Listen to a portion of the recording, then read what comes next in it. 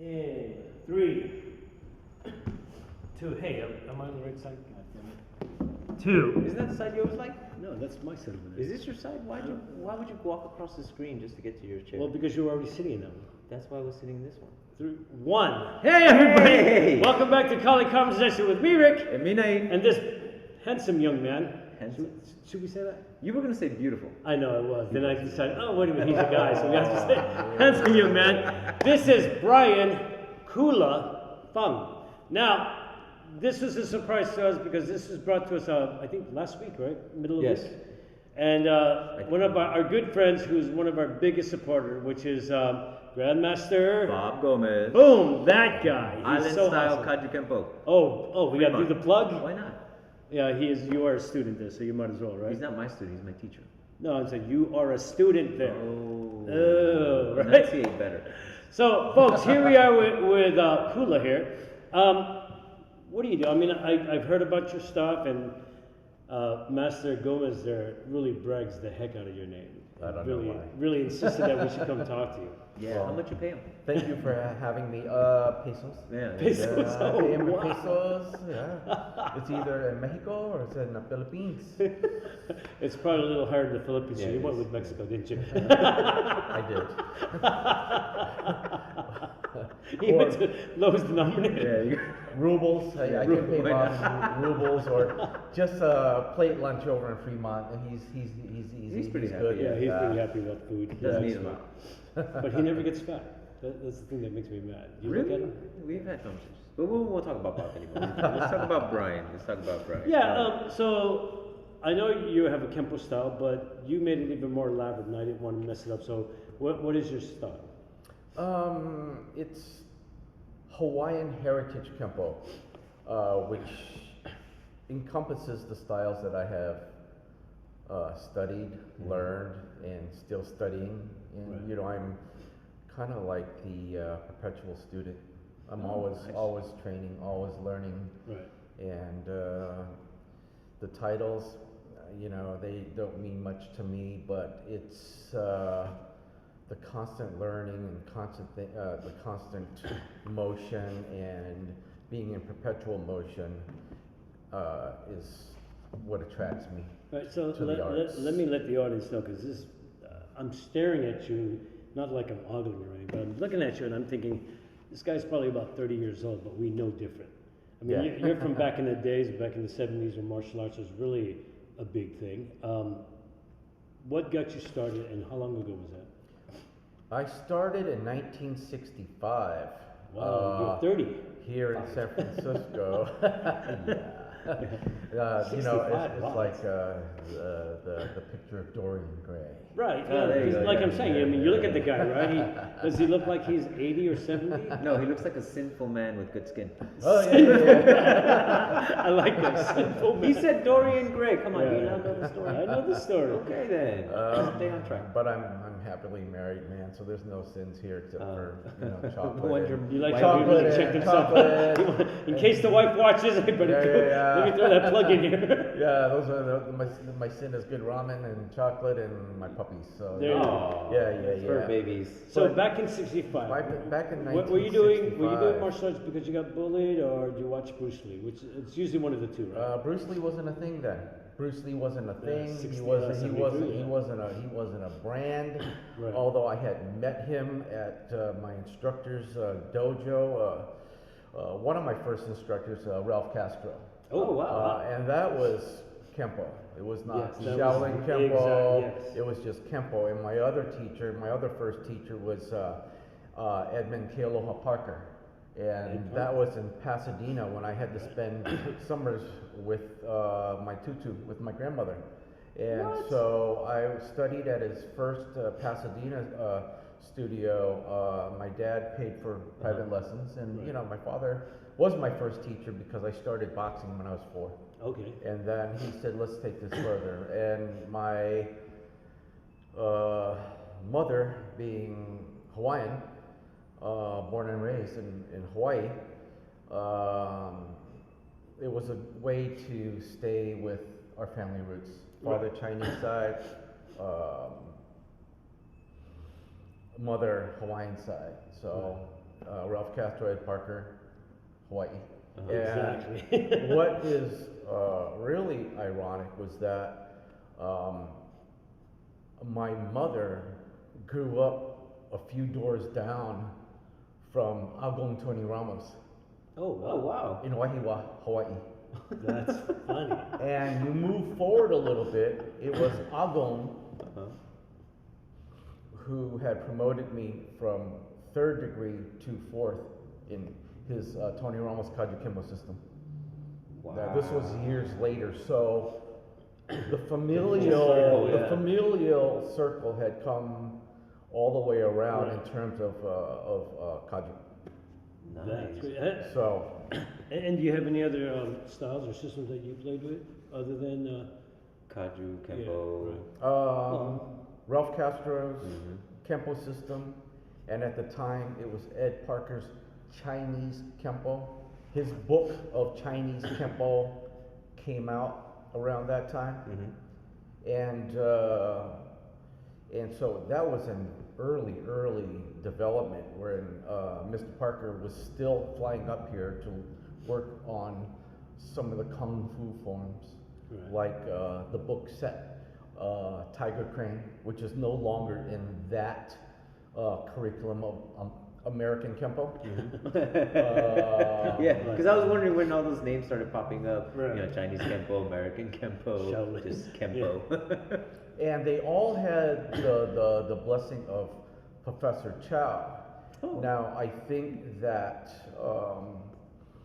I think it was later on, it was for branding. Mhm. So Mr. Parker can go to Europe and start his Kempo system in Europe, which he did. Mhm. Ireland, Germany, et cetera, Scotland, and he monikered it American Kempo. Right. Shaolin Kempo is Mr. Castro's Shaolin Kempo is a modern day exponent of his original Kempo. And they were both students of Professor Chow.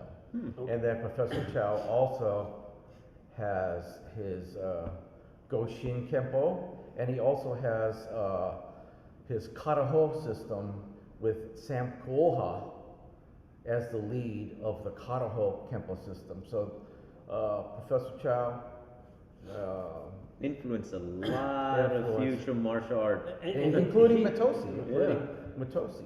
Did he sign off on everybody being able to do that to take his stuff and turn it into whatever they were going to do it with, or? Yes, he did. Wow. He gave everybody their His blessing. Mr. Parker and Mr. Castro his blessing, and Sam Kuoha, Grandmaster Kuoha, who now is he's been living in San Diego, and his daughter Kaimi has taken over that Kempo system. We need to go to San Diego. They all have Professor Chow's blessing. Dude, You know, that's so because cool. and that's a rarity because Yeah. you know you always hear instructors say, "Oh, Stick make to the this your curriculum. own and do," you know. But then when you try to change it, they get all pissy about it and say, "Oh no, you're not supposed to do that." But yet here it is.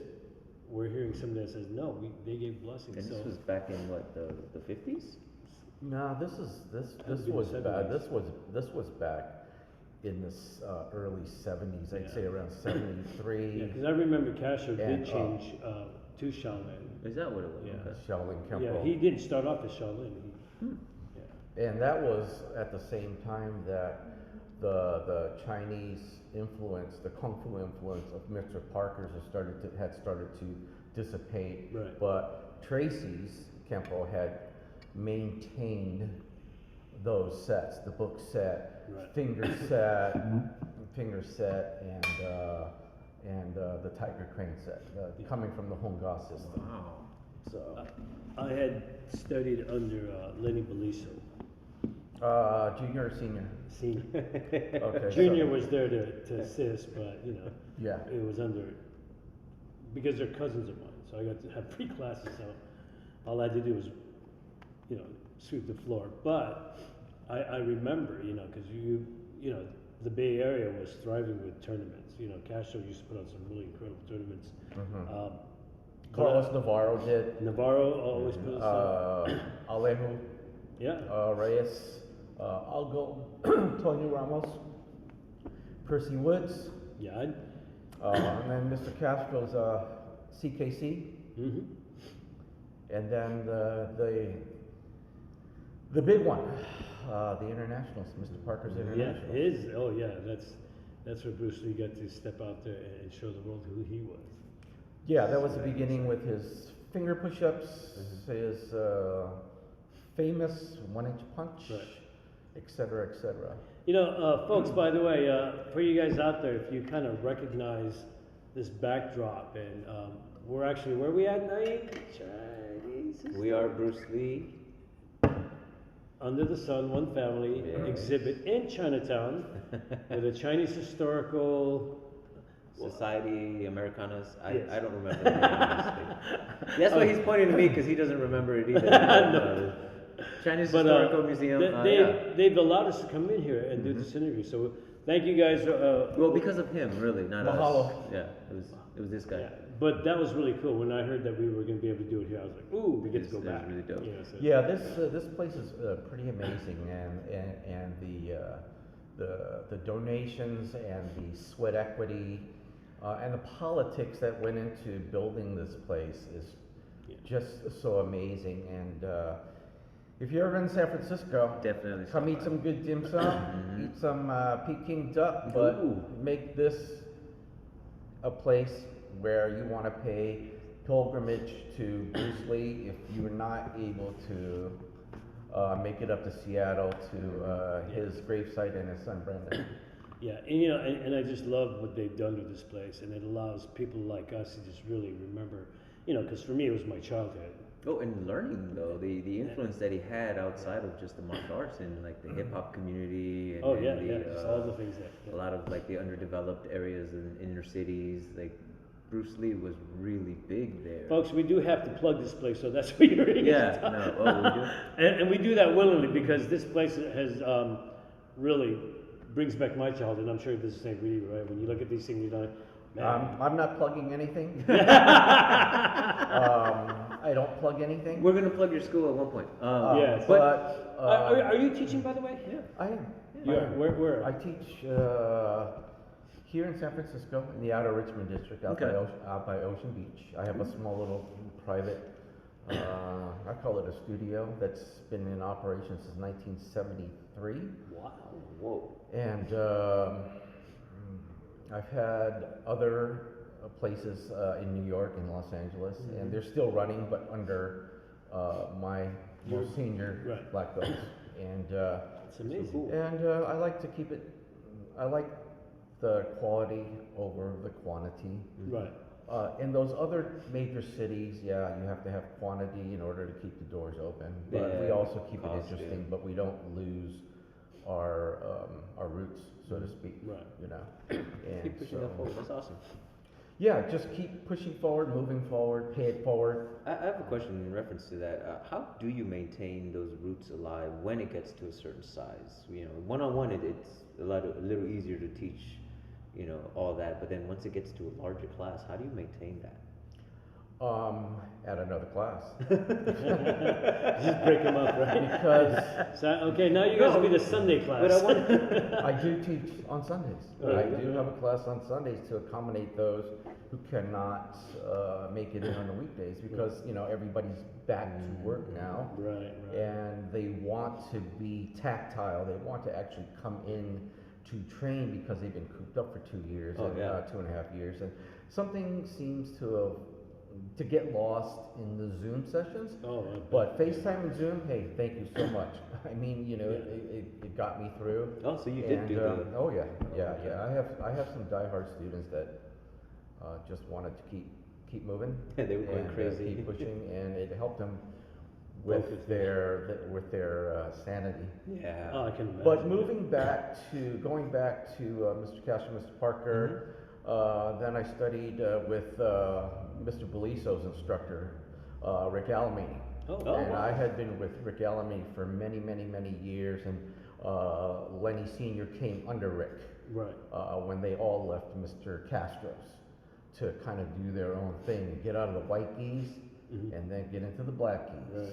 And so, That's funny. yeah, and Lenny Jr. now, goes by the name Brandon. Yeah. When he came back from the PI, he Yeah. came back to the Philippines, Yeah. rebranded himself as Brandon Beliso with one martial arts. Yeah. You know, He's it's got all he's got 2 schools now, I believe. one in close to San Mateo, I believe. Yeah, and then one over on Terraville. And one over in Terraville. So everybody came from the same pot, Right. which was Professor Chow, William Kwai's son, Thunderbolt Chow, and then branched off Yeah. from there. And That's a hell of a just like lineage. Mr. Parker, Mhm. everybody from Tom Kelly to Frank Trejo to all the other branches of Right. American Kempo came from Hawaii. That's an Came incredible from- lineage, isn't it? Yeah. It is. It's a It huge is. tree. And then when you think that even Matosi's Mhm. come out to say, yeah, I was under Chow Right. also, and that Does anybody have the actual roots of all that, all the names from where to what it is now?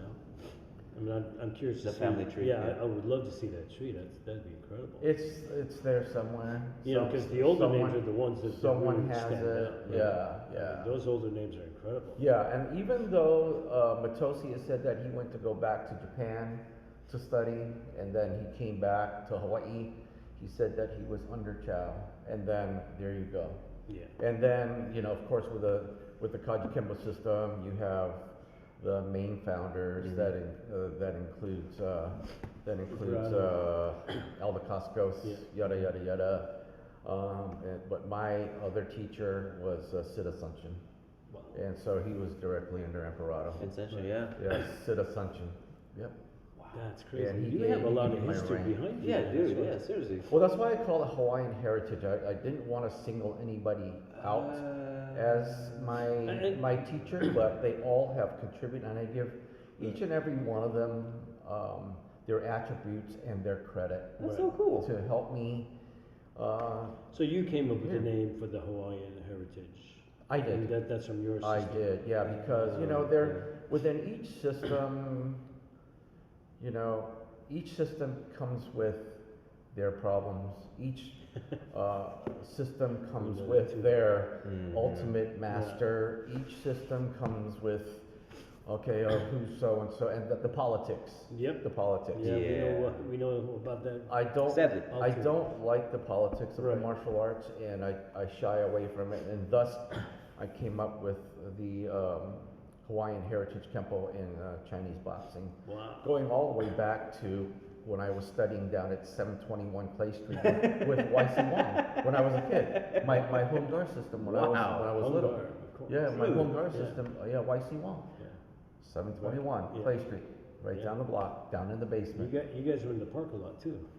That was another that another group? Kun Yeah. that was right Yeah. across the street. That was in a turtle system and a white crane system. Okay, because I remember, Huh. I used to work at the Mark Hoffman's Hotel, and a lot of the Chinese cooks there would teach me Wing Chun.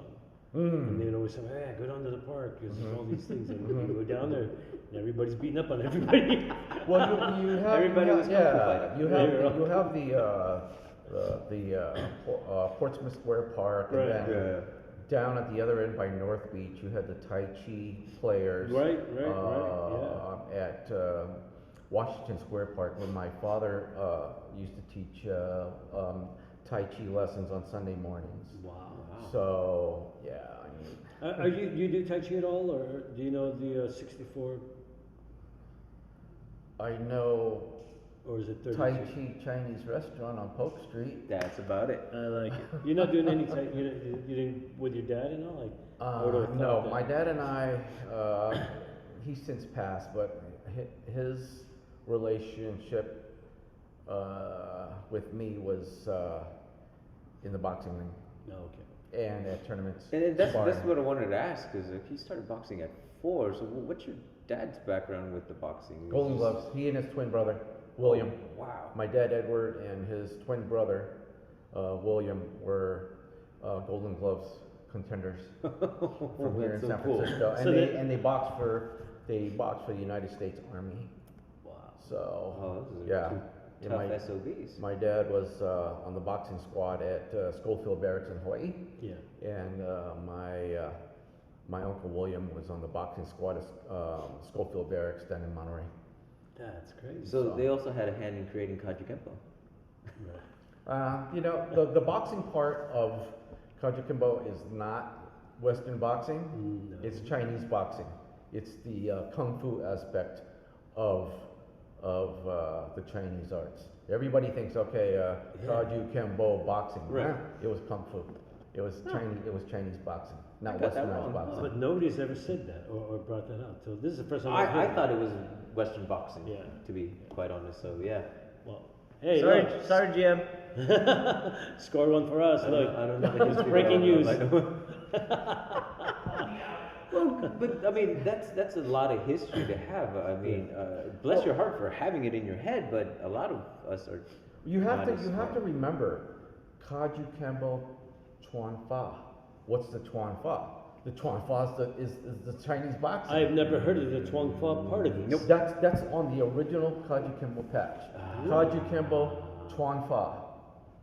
That's noted. That's history. That's God, the we beginning. are ignorant. We're stupid then. Sorry, folks. Hey, you know who knew?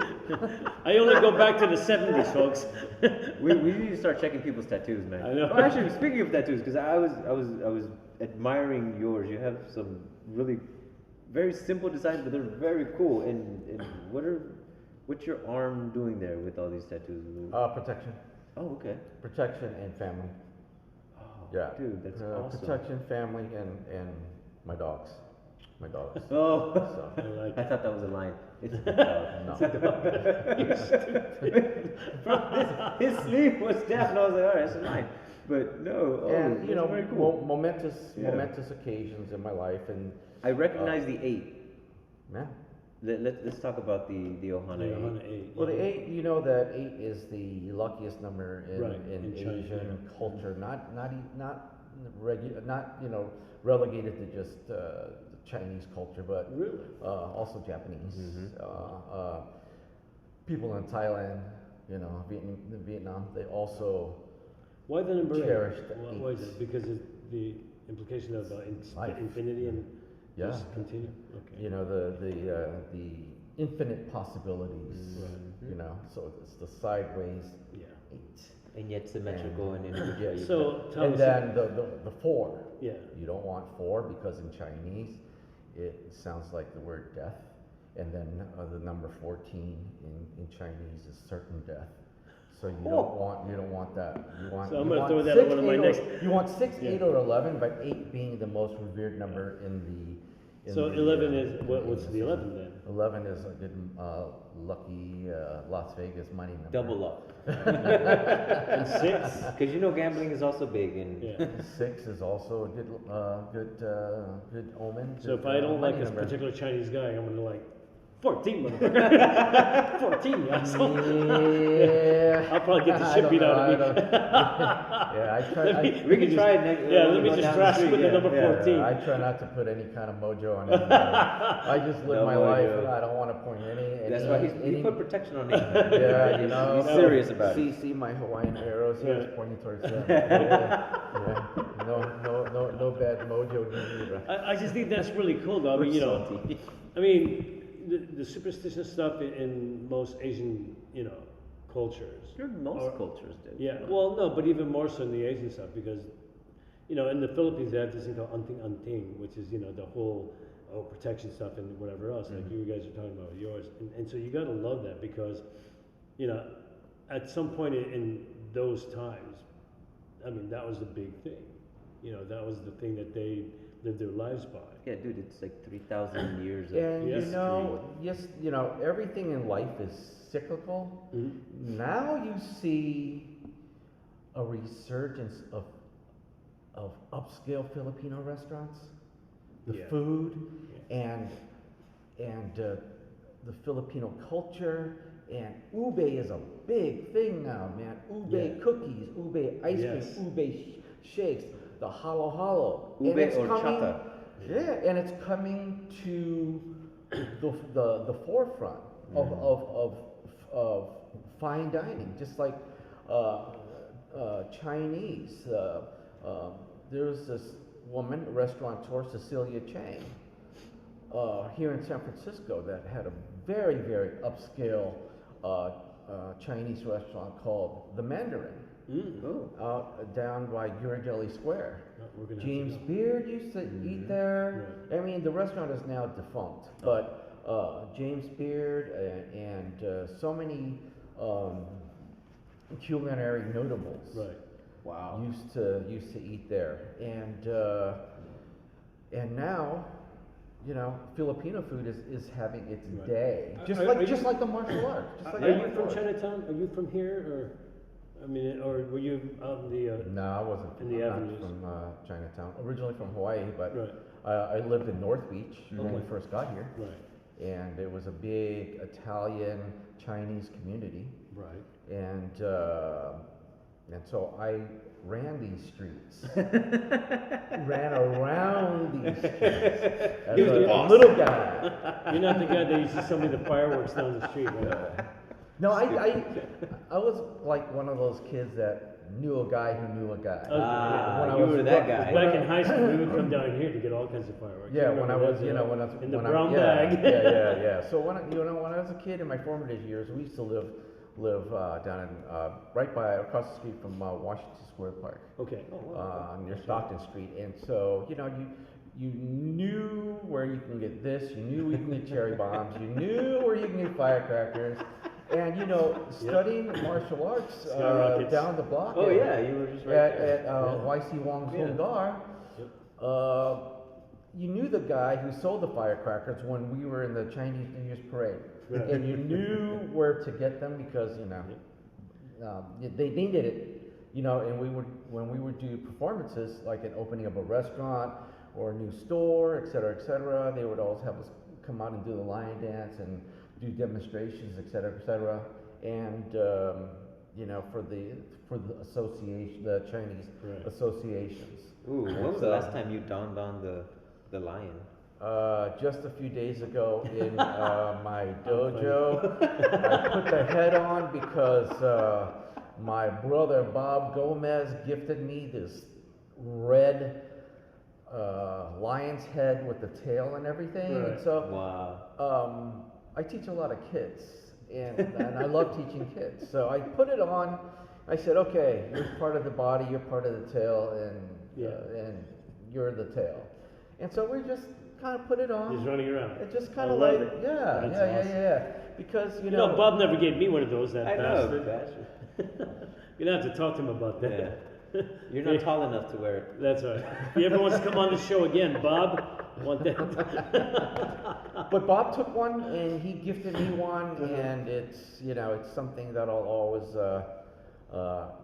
treasure, Right. and it's also a Great example of being cyclical. it's culture. It's culture. Oh yes, yes, yes. You know, and the kids are in wonderment of what is this, and so I explain to them, and Well, you know, since you're talking about dragons, because I've always been fascinated with the Talk about Asian lions, but dragons. whatever. No, because there's a big difference from European dragons and Asian dragons. Yeah. And it's almost symbolic in both senses, right? Because it's everybody's it's mystical, right, and the dragon is mythical. right. So Is there such a dragon? Yeah, there is in Indonesia. There's a Komodo dragon. Right, But what there is a Komodo dragon? It's a lizard.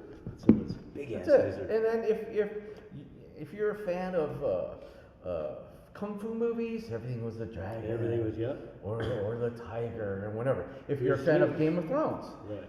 there's Khaleesi with her dragon eggs and the dragon eggs hatch, Yeah. and that's her pet. But the difference between the Eastern and the Western versions of dragons, one represents calamity usually, and the other one represents some sort of fortune or hope. And strength. And strength. And- there you and- go. and- Well, I and think that's across both. I mean, if you go back to the time of the Saxons, et cetera, you'll see a dragon head on their shield. And Right. On their they're, boats, they're on their boats, and they're carrying the Vikings and et cetera. They're carrying their big old maces, you know, which is a modern day nunchaku. It is. And then Pretty you'll much. see either a lion Right. or a dragon, but mostly lions. But in the Chinese culture, it just brought in good fortune and it pushed away all the bad Evil mojo. spirit, yeah, Yeah, bad and it came in, you know, the dragons come in. You know, and I've with a always fury. loved that story, that the dragon was that symbolic to everything that goes on. I mean, dragon was always considered the good guy, and anything under that would be the bad guys, right? I don't know, man. I grew up with Puff the Magic Dragon. Okay. This guy. Kindergarten. Puff oh, the Magic Dragon. okay. That was my first encounter of a dragon. Really? There you go. Not even in your own culture. Were you introduced that? He's Hawaiian. He's Hawaiian. No. Well, Chinese, Korean, Hawaiian. Yeah. But hey, no. He's a mud. Yeah. We got it. That's it. That's it. Yeah. That's it. Was there any arguments like between your parents, like which side they wanted to influence more in your life? No, because you know the Hawaiian culture is blended. Right. It's a melting Already, pot. anyways, yeah. Yeah. It's a melting pot, and that's how I teach, and that's my view of the arts. Yeah, I learned this, I learned that, I learned this, I learned that, but I didn't create my art. Yeah. You know, I'm not a soke, or you know, that's somebody who's created art.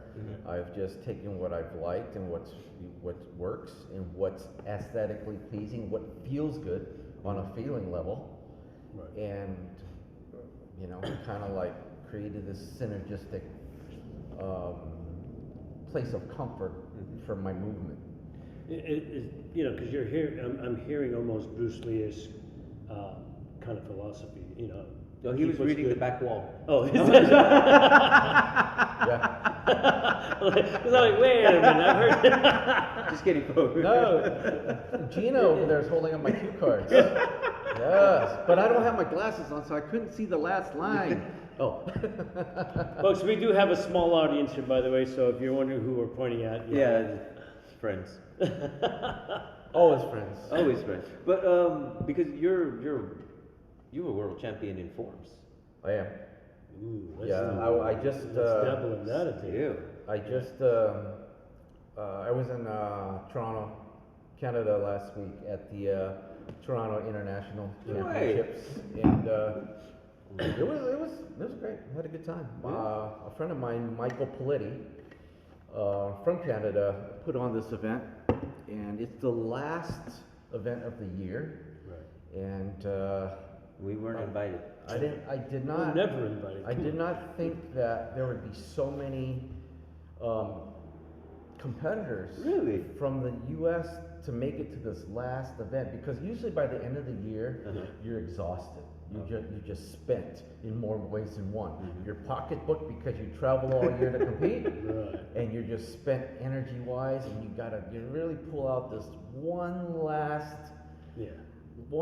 iota of energy and positivity, and you know, the inner winner in yourself to just finish out the year.